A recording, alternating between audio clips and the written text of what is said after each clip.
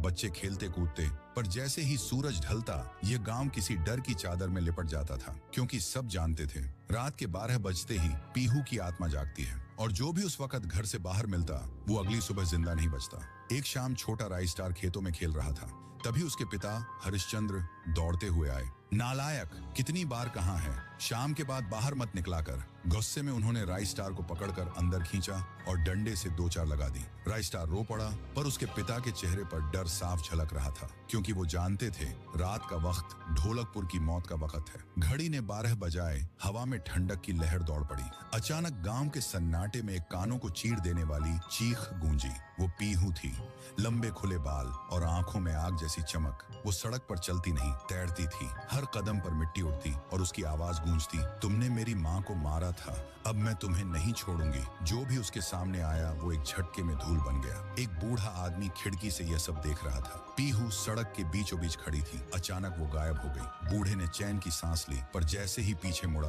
पीहू उसके पीछे थी। उसके बाद बस चीख सुनी गई और अगले दिन गांव वालों को उसका सिर पेड़ से लटका मिला। गांव में हर ओर शवों का ढेर लगा था। हर चेहरे पर एक ही सवाल था, ये श्राप कब खत्म होगा। लोग शाम होते ही दरवाजे बंद कर लेते, पर उस रात ज्ञान दरवाजा बंद करना भूल गया। रात 12 बजे धीरे धीरे हवा चली और फिर वही भारी कदमों की आहट। दरवाजा अपने आप खुला और कमरे में पीहू का साया दाखिल हुआ। ज्ञान गहरी नींद में था। अचानक वो उठ बैठा। उससे पहले ही एक तेज धमाका हुआ और अगले पल उसकी लाश जमीन पर थी। राइस्टार के अंदर बेचैनी बढ़ने लगी। उसे कुछ गलत होने का एहसास हुआ। वो दौड़ते हुए घर लौटा। देखा उसके पिता हरिश्चंद्र फर्श पर खून से लथपथ पड़े हैं। उन्होंने रोते हुए कहा, बेटा इस आत्मा से दूर रहना, हर रात दरवाजा अच्छी तरह बंद कर लिया कर। यह कहकर उन्होंने आखिरी सांस ली। अगले दिन गांव में एक रहस्यमयी आदमी आया, काले कपड़े, लाल आंखें। लोगों ने कहा, ये तांत्रिक नागेश्वर बाबा हैं। गांव वाले उनके पैरों में गिर पड़े और बोले, बाबा इस श्राप से हमें मुक्ति दिलाओ। नागेश्वर ने आंखें बंद की,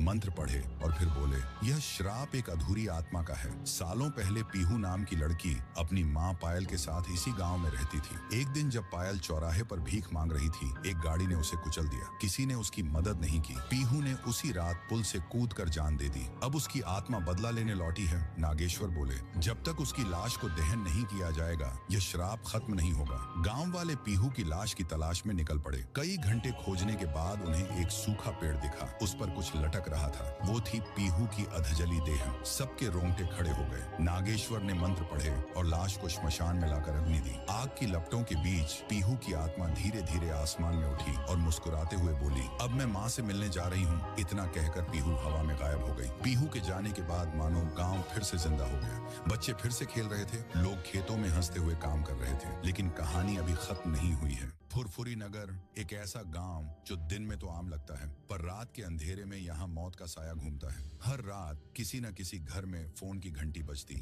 और एक अजनबी आवाज सुनाई देती, भाई तुम्हारा कुरियर बाहर है, जाकर ले लो। और जो भी बाहर जाता अगली सुबह उसकी लाश मिलती, वो भी ऐसी हालत में कि देखने वालों की रूह कांप जाए। इसी गांव में हाल ही में 2 दोस्त आए थे, राइस्टार और ज्ञान। दोनों शहर से थे, पर गांव की सुकून भरी जिंदगी जीना चाहते थे। उन्हें नहीं पता था कि जिस जगह वो रहने आए हैं वहाँ हर सांस के साथ मौत घात लगाकर बैठी है। एक रात राइस्टार का फोन बजा। स्क्रीन पर कोई अनजान नंबर चमक रहा था। उसने कॉल उठाया, भाई तुम्हारा कुरियर बाहर है, जाकर ले लो। राइस्टार ने चौंक कर कहा, पर मैंने तो कुछ मंगाया ही नहीं। इतना कहना था कि फोन क्लिक की आवाज के साथ कट गया। दोनों दोस्तों ने इसे मजाक समझा और सो गए। अगले दिन राइस्टार ने गांव के बुजुर्ग से पूछा, बाबा ये रात में अजीब कॉल किसका आता है। बुजुर्ग कांपती आवाज में बोले, बेटा अगर रात में कोई कुरियर बोलकर बुलाए तो कभी बाहर मत जाना, क्योंकि जो जाता है सुबह जिंदा नहीं लौटता। यह सुनकर राइस्टार और ज्ञान दोनों राइस्टार अपनी छत पर खड़ा रहा सच्चाई देखने के लिए। अचानक पास के घर से एक आदमी बाहर निकला,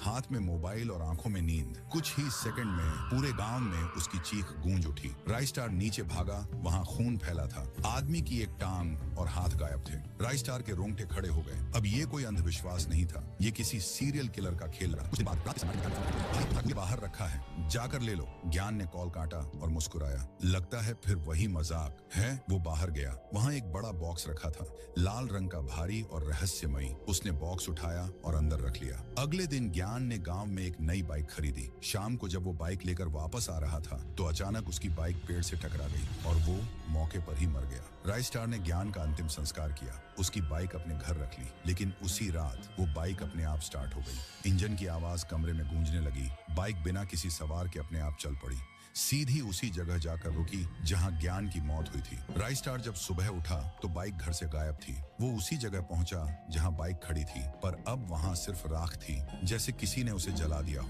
राइस्टार ने तय किया कि वो उस कुरियर वाले को पकड़ कर रहेगा। उस रात वो बाइक पर बैठा, अंधेरे में, बिना हिले डुले। रात के 12 बजे वही कॉल फिर आया। भाई, तुम्हारा कुरियर बाहर है। राइस्टार बोला, अब की बार लेने मैं नहीं, तू आएगा। अचानक हवा तेज हुई, आसमान में बिजली कड़की और उसके सामने एक काला साया खड़ा था, चेहरा धुंध में छिपा हुआ, हाथ में वही बॉक्स। राइस्टार ने जैसे ही बंदूक उठाई, साया गायब हो गया। अचानक राइस्टार की आंखें बंद हो गईं और जब खुली, सुबह हो चुकी थी। अब राइस्टार ने पूरे गांव को इकट्ठा किया। सबने तय किया कि आज रात कुरियर वाले को खत्म करेंगे। गांव की गलियों में मशालें जल रही थीं, सब लोग चौकन्ने थे। अचानक बिजली कड़कने लगी और दूर एक बाइक की आवाज आई। सबकी नजरें उस ओर गईं। एक काला आदमी बाइक पर सवार धीरे धीरे गांव के बीच आया। बाइक वहीं रुकी और तभी अचानक एक तेज धमाका हुआ। धुएं में उस साया गायब हो गया। बस मिट्टी पर वही कुरियर बॉक्स पड़ा था, जिस पर खून से लिखा था, अभी खेल खत्म नहीं हुआ। क्या तुम जानना चाहते हो बॉक्स के अंदर क्या था? तो इस वीडियो पर 10,000 लाइक पूरे करो, फिर अगला दरवाजा खुलेगा। नीलमपुर एक श्रापित गांव था। यहाँ हमेशा एक अजीब सा डर का माहौल रहता था।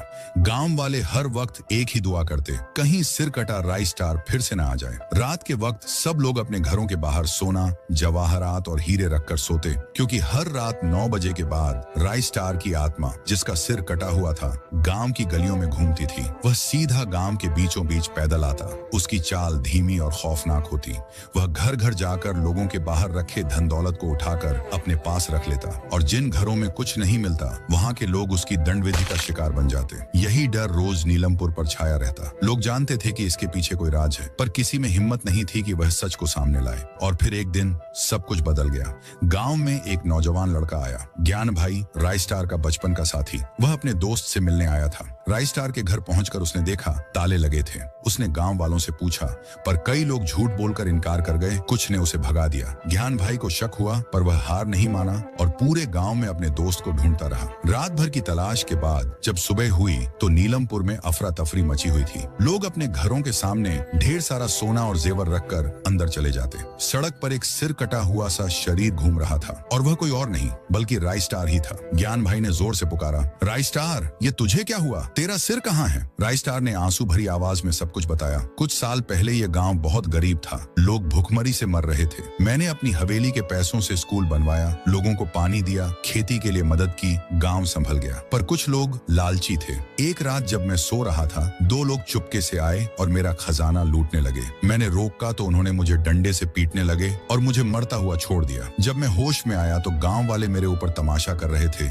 और फिर उन्होंने मेरा सारा खजाना लूट लिया। तब से मैं हर रात अपना खजाना वापस लेने आता हूँ। ज्ञान भाई ने धीरे से कहा, भाई, मैं तेरा दर्द समझ सकता हूँ, पर लोगों की जान लेना गलत है। राइस्टार ने गुस्से में जवाब दिया, जब तक ये लोग मेरा सारा सोना वापस नहीं करेंगे, मैं इन्हें ऐसे ही मारता रहूंगा और अगर तू बीच में आया तो तेरा भी वही हाल होगा। राइस्टार ने ज्ञान भाई को पकड़कर किसी पुराने घर की तहखाने जैसी जगह में बंद कर दिया ताकि वो उसके बीच में ना पड़े। फिर वह लौटकर गांव के बीच घूमने लगा। जहां भी उसने बाहर सोना रखा देखा, वह उसे उठा ले गया। जहां कुछ भी नहीं मिला, वहां के लोग उसकी क्रूरता का शिकार बन गए। पर उसी रात एक बुजुर्ग बाबा वहां से गुजर रहे थे। वह बाबा साधारण नहीं थे, उन पर कुछ जादुई सिद्धियां थीं। बूढ़े ने वहां की परिस्थिति देखी और तुरंत ज्ञान भाई को आजाद कर दिया। बाबा ने पूछा, किसने बंद किया तुझे? ज्ञान भाई ने सारी बात बताई।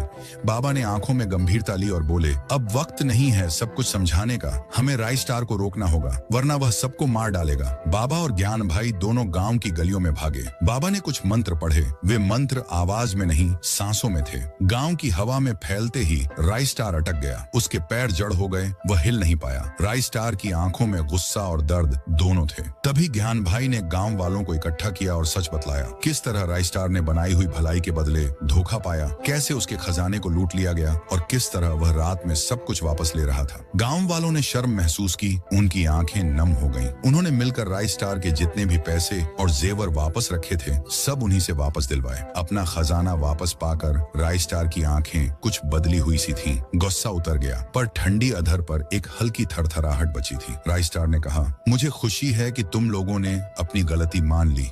अब जो कुछ भी बचा है उसे मैं गांव के लिए छोड़ रहा हूँ। इतना कहकर राइस्टार हवा में गायब हो गया।